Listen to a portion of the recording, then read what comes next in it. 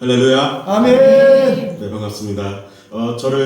제 이름을 들어보신 분도 있으시고 또 뒤에서 이렇게 이야기하신 분들도 있으신데 제 이름은 안준호 전도사라고 합니다.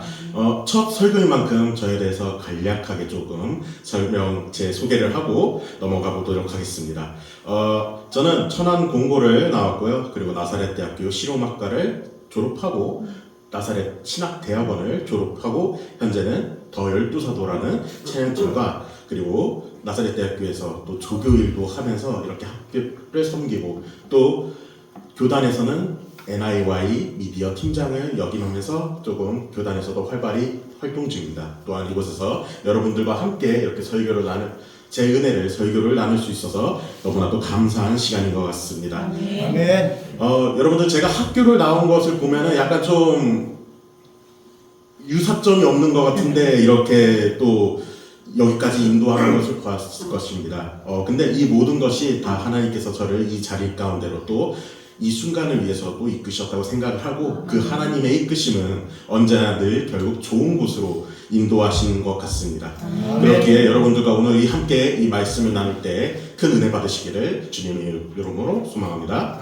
아멘. 제가 성경을 볼 때 가장 좋아하는 파트가 하나 있습니다.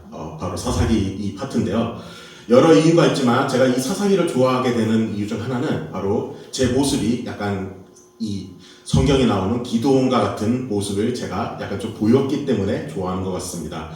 저의 기도의 모습은 이제 이 기도원의 모습과 좀 많이 닮았는데 제가 이 목회의 길을 갈 때 이 하나님께 기도원이 했던 기도의 모습과 제 기도의 모습이 같아서 좋아하고요. 또 다른 이유 중 하나는 바로 이 사사기의 시대가 오늘날의 시대와 조금 비슷한 면모가 있기에 제가 이것에 더 눈이 띄인 것 같습니다.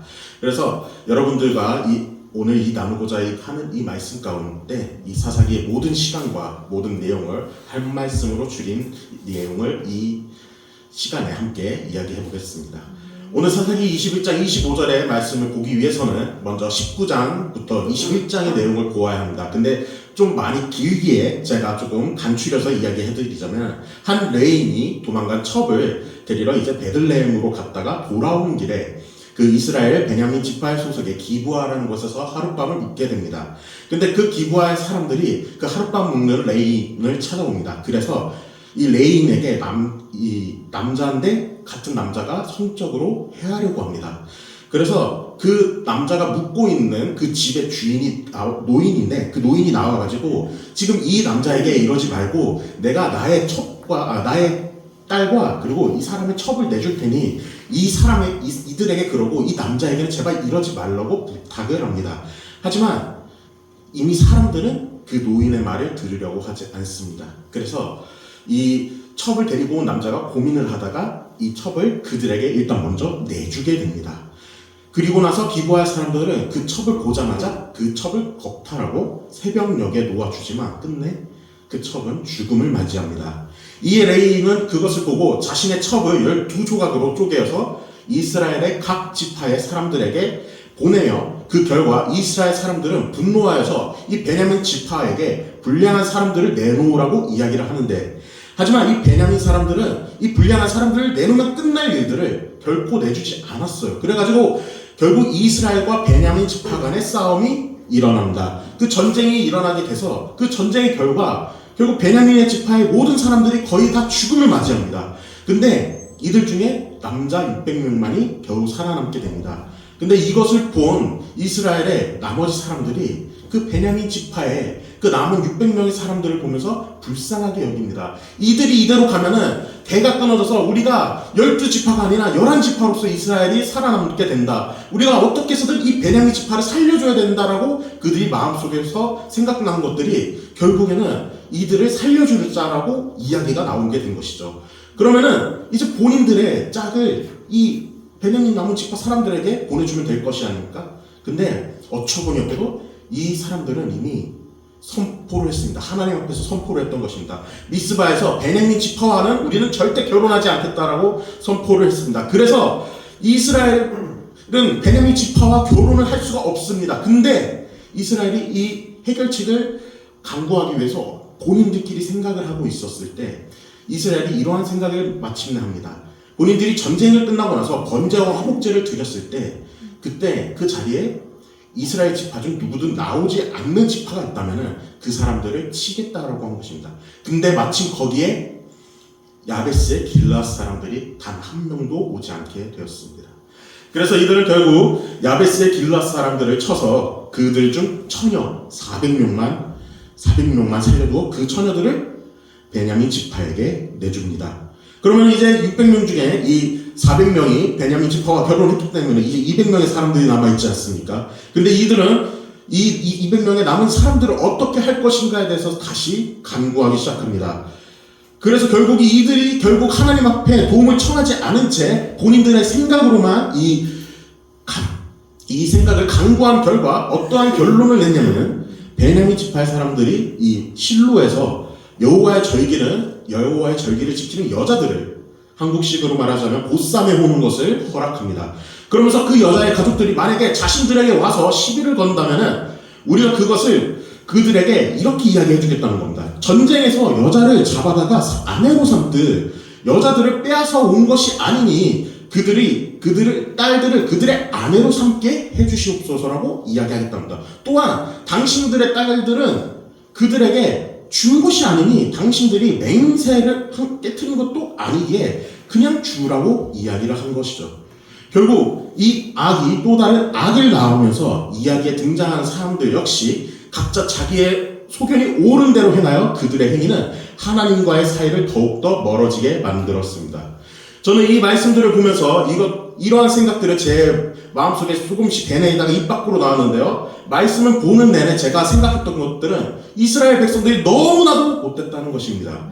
어쩌면 이스라엘 백성들이 하나님의 자녀라고 하나님의 백성이라고 선포하는 그들이 이렇게 못된 짓을 저지를 수 있을지, 이렇게 아무렇지 않게 이 악들을 행할 수 있을지 너무나도 분노하고 너무나도 떨렸는데요. 그런데 가만히 이 사건들을 돌아보니 마치 다른 사건이 하나가 떠올랐습니다. 그 어디서 본 듯한 그 사건은 바로 소돔과 고모라의 한 사건을 연상케 합니다. 창세기 19장에 나오는 내용도 지금과 같이 이 베냐민 지파가 했던 것처럼 롯이 천사들을 본인의 집으로 초대를 합니다. 그래서 본인의 집에서 쉬게 하면서 머물게 하고 있는데 그 소돔과 고모라 사람들이 나와가지고 그 천사들을 어떻게 하려고 합니까? 성적으로 해하려고 합니다. 그래서 롯도 자신의 딸들을 줄 테니 이 천사들에게, 이 나그네들에게 이것을 하지 말라고 이야기했는데 그들은 더욱더 롯을 몰아붙이면서 그 사람들을 내보내라고 합니다. 그 결과 천사들은 롯과 롯의 가족들에게 빨리 이곳을 벗어나라고 하고 결국 롯이 탈출한 그 순간 소돔과 고모라는 멸망에 이르게 됩니다. 그런데 이러한 모습들을 보면 지금 이스라엘의 영적 상태는 마치 소돔과 고모라 같다는 것입니다. 여러분, 우리가 들은 이 이스라엘과 베냐민 지파의 이야기는 사사기에 나오는 마지막 이야기입니다. 근데 400년 동안의 이 사사시대를 통해 이스라엘은 하나님과의 영적인 성장을 이뤘어야 됐는데 마치 우리가 동그라미처럼 나선형을 돌면서 계속 영적인 하락을 경험하고 있었던 것입니다. 사사기의 내용의 전반을 보면은 이스라엘이 악을 행하면은 하나님께서 그것을 보고 그들에게 징계를 내립니다. 그러면은 이스라엘의 백성이 하나님 앞에 나와 회개를 하고 하나님께서는 이스라엘의 백성의 기도를 들으시고 사사를 세워서 이스라엘을 구원의 길로 이끄시는데요. 이러한 범죄, 그 다음에 징계, 회개, 구원의 사이클이 계속 반복되어 오다가 결국 마지막에 와서는 이들은 그들의 영적 리더십 뿐만이 아니라 그들이 하나님보다 다른 사람을 왕으로 세우기를 원했다는 결말이 지금 자기가 마치 하나님만 이렇게 행동했다는 것으로 마무리가 되었습니다. 여러분, 이 사사기 21장 25절의 말씀을 한번 같이 함께 여러분들의 목소리를 읽어주시면 감사하겠습니다. 그때 이스라엘의 왕이 없으므로 사람이 각자 자기의 소견을 옳은대로 행하였다. 아멘. 이 사사기 21장 25절의 말씀이 제가 이 말씀을 좀 더 연구하다가 히브리어로 조금 보게 되었는데요. 이 히브리어 성경에서 이렇게 해석한답니다. 이 히브리어에서 이 소견이란 단어가 우리가 지금 읽은 성경의 구절 말씀 가운데 나오지 않습니까? 이 소견이란 단어의 말은 베네이 베이 나우라는 말입니다. 이것은 그의 눈이라는 뜻으로 해석이 되었는데요.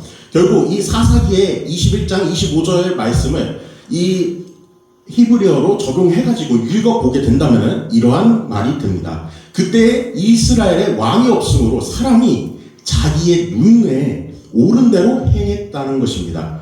결국 이들은 하나님의 시선이 아니라 각자 자신이 보기에 자신이 보았던 것 중에 가장 옳은 대로 행했기 때문에 결국 이러한 결론이 도출된 것입니다. 그런데 아이러니하게도 지금 이러한 이스라엘의 모습은 마치 오늘날의 우리의 현실에서도 반복되는 이야기입니다. 오늘날의 우리의 모습을 보면 마치 이스라엘이 나선형으로 지금 계속해서 영적인 하락을 하는 것처럼 우리의 삶에도 계속된 반복적인 죄의 반복이 일어난다는 것입니다. 여러분 함께 생각해 보시길 바랍니다. 여러분의 삶 가운데 이러면 안 되는데 하면서도 막 내가 정말 이러면 안 되는데 하면서도 결국 그 안 되는 것을 행하는 모습이 보이진 않습니까? 또한 혹은 이게 죄인가 싶어서 그 죄가 내가 이게 죄인지를 몰라가지고 반복해서 그 죄를 행하고 있지는 않습니까? 아니면은 내가 타인을 사랑해야 된다는 것을 알지만 내가 그 사랑을 하지 못한 채 오히려 그를 뒤에서 비판하는 모습을 보이고 그리고 그 모습을 남들에게 보여주고 있지는 않습니까? 또는 오늘 이 예배 자리에 나오기 전에 누군가와 싸움이 붙었거나 또 싸움을 하지는 않았습니까? 혹은 나의 할 일이 많다는 핑계로 하나님과의 관계를 소홀히 하고 있지는 않습니까? 아마 수많은 생각들이 여러분의 마음을 지나가게 할 것입니다. 어느 한 목사님이 이러한 죄의 속성에 대해서 이야기한 것이 있어서 제가 하나를 가져왔는데요.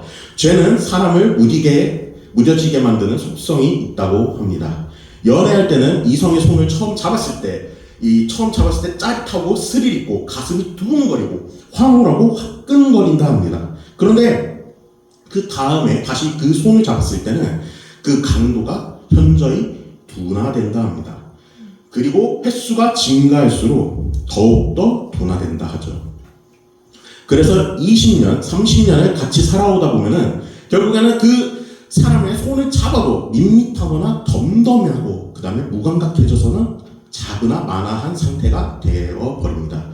죄가 꼭 이렇다는 것입니다. 처음에는 겁도 나고 가슴이 답답하고 두근거리고 잠도 안 오는데 마음까지 아픕니다. 그런데 이것이 반복되고 계속 점점 이 잘못된 행동을 계속하면은 결국에는 그 죄가 덤덤해지고 감각이 없어진다는 것이죠. 무덤덤해지고 내가 이것을 계속 해도 될 것 마냥 행동한다는 것입니다. 한 개구리를 뜨거운 물에 집어넣으면은 그 개구리는 뛰쳐나옵니다. 바로 우리의 예민한 감각, 그리고 그 개구리의 예민한 감각이 있기 때문이죠.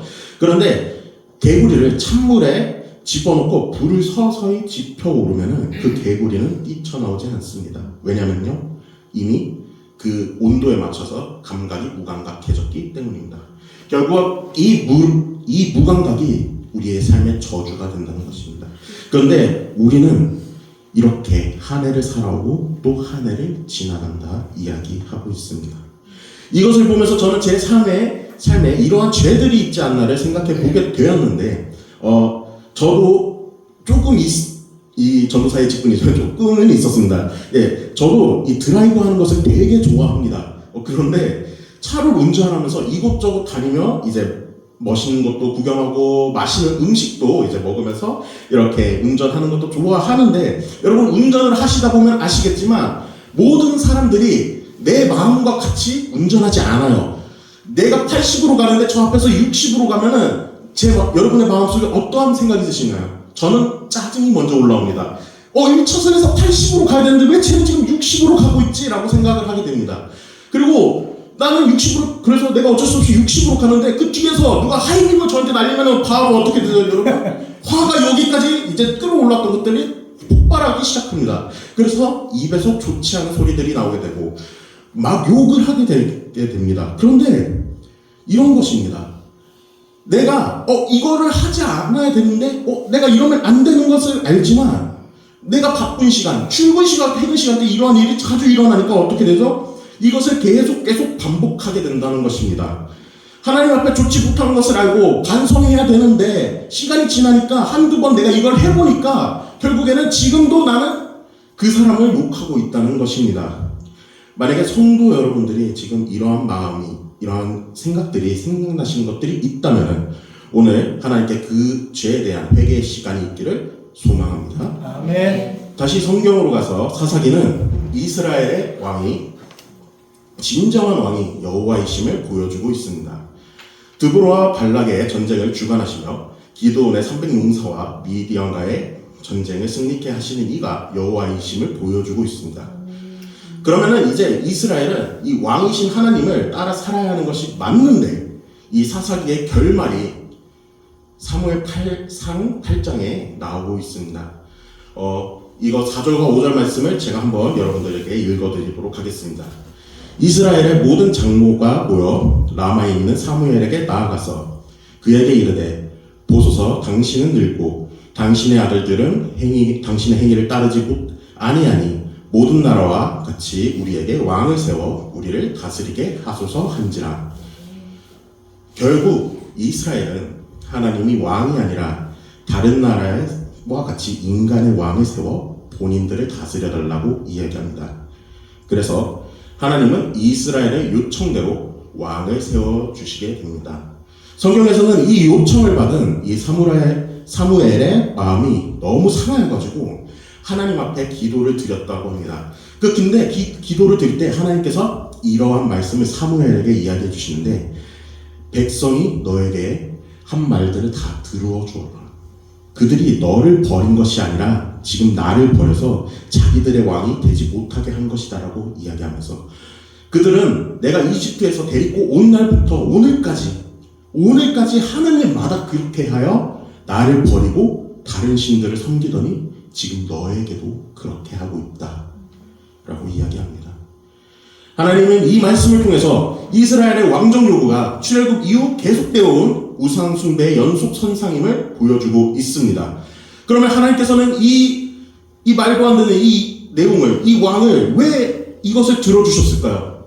그것은 이스라엘의 모습이 일시적으로 하나님을 떠난 것이 아니라 계속된 불순종의 모습을 보여왔기 때문에 하나님께서 이 이스라엘의 요구를 들어주신 겁니다. 왜냐면요, 결국 하나님은 이스라엘의 이 반복적인 깊은 죄성의 근거에서 왕에 대한 요구를 허락하여가지고 이 왕정이 초래할 수 있는 잘못 그리고 그 폐허를 알림으로써 이스라엘 백성에게 그리고 장로들에게 이 생각을, 이 왕에 대한 생각을 바꾸려고 하지만 이스라엘 백성들은 그것을 듣고도 계속 왕을 요구했습니다.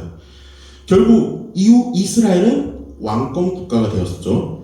자, 그렇다면은 우리가 본 성경의 말씀들을, 우리가 지금부터 본 성경의 말씀들을 보면서 이스라엘의 모습은 좀 달라졌습니까? 본인들이 원했던 왕을 세웠으니까 하나님과 좀 더 가까운 삶을 살아가고 있어야 되겠죠. 근데 하나님을 전해야 되는 그 삶을 살아야 되는 이스라엘의 백성들이 어떻게 했습니까? 하나님의 뜻과는 반대되는 행동들을 계속 살아왔습니다. 그들은 그들의 왕이 누구냐에 따라서 이 삶이 달라졌습니다. 이 인생의 전체가 달라졌어요. 왕이 하나님 앞에 바로 서면은 그들 역시 바로 서게 됩니다. 하지만 하나님 앞에 왕이 바로 서지 못한다면은 그들 역시 하나님 앞에 바로 서지 못하는 삶을 살아갔던 것입니다. 또한 그들이 함께 살아가는 이 가나안의 백성들, 하나님께서 분명히 멸하라고 했던 이 가나안의 백성들을 통해서 이들의 삶은 더욱더 무너져 내려갔습니다. 그 결과 이스라엘의 끝은 멸망의 길을 걷게 되었습니다. 이 사사기에 가장 큰 적인 블레셋이 있습니다. 블레셋의 공격으로부터 이스라엘의 백성이 이제 진정으로 회개하고 여호와 하나님을 찾았을 때 그들은 블레셋으로부터 전쟁에 승리하고 구원을 얻었죠. 왜냐하면 하나님께서 이스라엘을 위해 싸웠기 때문입니다. 이것은 이스라엘의 안전이 하나님을 향한 이스라엘 백성의 믿음에 있기 때문에 하나님께서 이스라엘 백성을 지켜주심으로써 자신의 왕이, 진정한 왕이 누구인지를 알려주시는 건데, 지금 이 한마디로 이스라엘의 백성들이 왕을 요구함으로 이제 하나님을 의지하기보다는 자신들이 세운 인간 왕을 의지함으로써 결국 이스라엘의 백성은 그 구원을 얻지 못하는 것입니다. 이것을 오늘날로 보면은 세상에 놓여진 문제 가운데 우리가 하나님을 의지하기보다는 나의 삶의 기준에 더욱더 가치 있고 중요하다고 생각하는 것들에 의지하는 것이 되기도 합니다. 누군가는 가족을 의지하기도 합니다. 누군가는 친구를 의지하기도 하고, 누군가는 물질을, 누군가는 자신의 권력을 의지함으로 나아갑니다. 근데 결국 나의 생각이 하나님보다 다른 것에 의지한 채 살아가는 것이 낫다고 생각함으로 나아가는데 그 결과 어떻게 되었습니까? 내가 원하는 결과로 이어졌습니까? 아니면 또 다른 문제점의 시작인 걸까요? 사랑하는 한우정 커뮤니티의 성도 여러분, 오늘 우리가 본 성경의 말씀, 그때 이스라엘에 왕이 없으므로 사람이 각기 자기 소견에 옳은 대로 행하였다라는 이 말씀 이후 이스라엘이 왕을 세운 것처럼 오늘도 우리의 옳은 소견대로 하나님을 대신한 다른 무언가를 찾지는 않습니까? 여러분 기억하시기를 바랍니다. 우리가 의지하고 나아가야 할 길은 오직 하나님 한 분에게로 가는 삶입니다. 세상을 의지한다면 반드시 대가를 따릅니다. 그러나 하나님의 길에는 대가가 없습니다. 왜냐면요, 그분은 저렇게 우리를 툭하면 자신을 버린 우리를 사랑하셔가지고 결국 자신의 아들을 이 땅에 보내어가지고 십자가로 내몰았습니다. 그러고 나서 죽음에 이르게 하여 죄에 빠진 우리를 구원에 이르게 하셨습니다. 그래서 오늘날 우리가 그렇게 아무리 죄에 넘어져서 하루하루를 살아가는 우리에게, 이 죄에 빠져가지고 오늘도 우리에게 실수하는 우리에게 이 복음의 말씀을 듣게 하시어 우리가 아무리 넘어지고 원망하여도 하나님께서는 오늘도 우리가 다시 하나님의 품으로 돌아오시기를 기다리고 계십니다. 아멘. 그렇기에 하나님 품에 다시 나온 여러분들에게 하나님은 오늘도 이렇게 이야기하십니다. 사랑하는 아들아, 딸아, 내가 너를 잘 안다. 너의 아픔도, 너의 슬픔도, 너의 모난 모습까지도 이미 잘 안다. 이제 내게와 편히 쉬라 이야기하십니다. 그렇기에 오늘 이 말씀을 들은 우리 모두의 삶 가운데 Who is King? 와 누가 왕인지 묻는다면 그 대답은 하나일 것입니다. 오직 하나님 한 분밖에 없음을 우리의 일상과 또 우리가 만나는 모든 사람들에게 전해질 수 있기를 주님의 이름으로 축복하고 소망합니다.